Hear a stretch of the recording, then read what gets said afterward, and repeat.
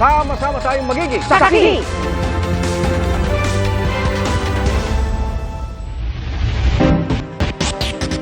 Igan, binulabog ng engkwentro ang isang barangay sa Balayan, Batangas. 7 ang patay. Ayon sa AP Southern Luzon Command, nasa 15 NPA umano ang nakaengkwentro ng mga tropa sa barangay Malalay kahapon. Isang sundalong patay habang 3 ang sugatan. Ayon naman sa 2nd Infantry Division, 6 ang patay sa hanay ng NPA. Na-recover din sa pinangyarihan ng engkwentro ang ilang rifle, shotgun at mga dokumento.